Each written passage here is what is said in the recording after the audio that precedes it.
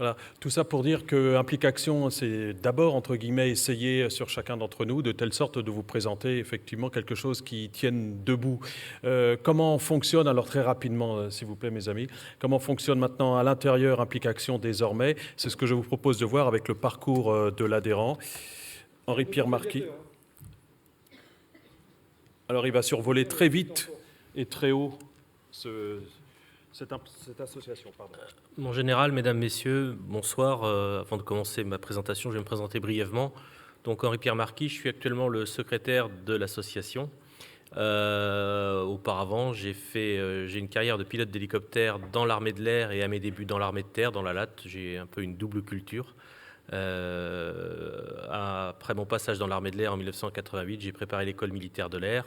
Et puis j'ai terminé au grade de commandant et comme chef de cabinet dans un état-major de Paris maintenant dissous qui s'appelait le CACIC. En matière de reconversion, j'ai eu droit, comme tout le monde, à un bilan de compétences de la part de l'ARCO. Et à l'issue de ce bilan de compétences, on m'a fait remarquer qu'une formation serait souhaitable. C'est pourquoi je me suis lancé dans un executive MBA que je pourrais comparer d'une certaine façon on pourra me couper si je me trompe, je compare ça au CID du civil, ce qui permet aux cadres qui ont fait une carrière dans le civil de postuler pour des postes à responsabilité, puisqu'on voit dans ce genre de formation, on a une vision transversale de la vie de l'entreprise. Entreprise dont j'ignorais à peu près tout du fonctionnement. Ça a été très formateur. Après une courte mission, dans une petite école de commerce il y a 1 an maintenant, j'ai été contacté par Jean-Michel. Le projet d'Implication m'a séduit et c'est pour ça que je m'y trouve actuellement. Alors, quand on quitte l'armée, on est tous confrontés à cette vision-là un jour ou l'autre, où après une petite formalité de 20 ans, on a toute la vie qui nous attend pour autre chose. C'est pour ça que Implicateur est pour nous un parcours balisé. Alors un parcours balisé avec... D'abord, je vais vous présenter l'information, les modes d'inscription, ensuite l'adhésion, les perspectives, le suivi que nous envisageons au profit de l'implicateur, et en fait, je terminerai par un bref résumé de ces 3 items. Alors, l'information, les modes d'inscription, l'information. Quels sont les modes d'information qui vous sont présentés? Il y a d'abord le bouche à oreille, ensuite les présentations collectives, comme Jean-Michel vient de nous parler, les réseaux sociaux, comme Viadeo, notamment à travers le hub sur la reconversion des militaires. Nous espérons le soutien des organisations institutionnelles puisque nous présentons comme étant totalement complémentaires de leur démarche.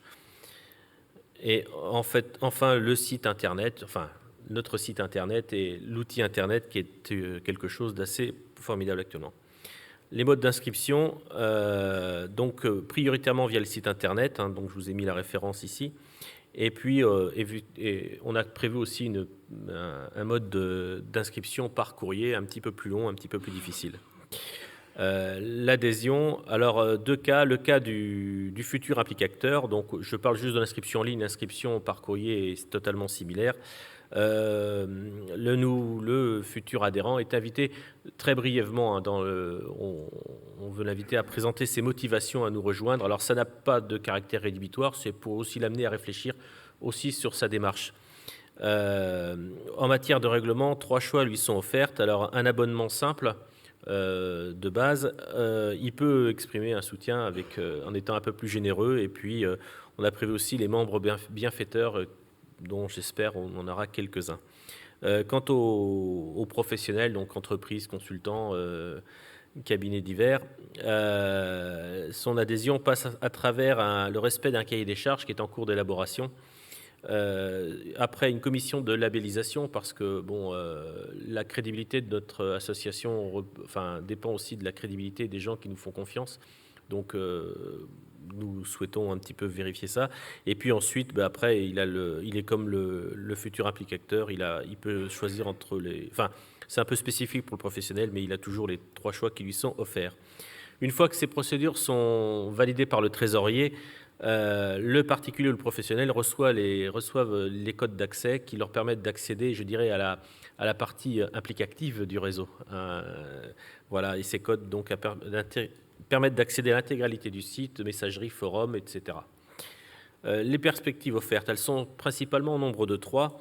Dans un premier temps, le nouvel adhérent peut participer pleinement au réseau Implicaction, avec tout ce qu'implique, ça a été présenté un petit peu avant.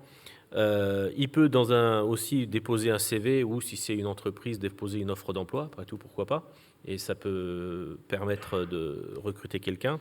Et puis aussi demander une aide, ça concerne plutôt les implicateurs, et on retrouve là vraiment dans la démarche qui a été à la base de notre association, continuer à servir en aidant les camarades qui franchissent le pas. Le suivi de l'applicateur, à ce jour, voici comment il est envisagé. De toute façon, dans un premier cas, il y aura toujours un premier entretien avec un implicatif. Alors, soit un entretien téléphonique, ou si les gens habitent l'un près de l'autre, pourquoi ne se rencontreraient-ils pas? Là, il n'y a pas de dogme en la matière. Dans un deuxième temps, à l'issue de ce premier entretien, eh bien, il y a un deuxième entretien qui est préparé. Alors, l'implicatif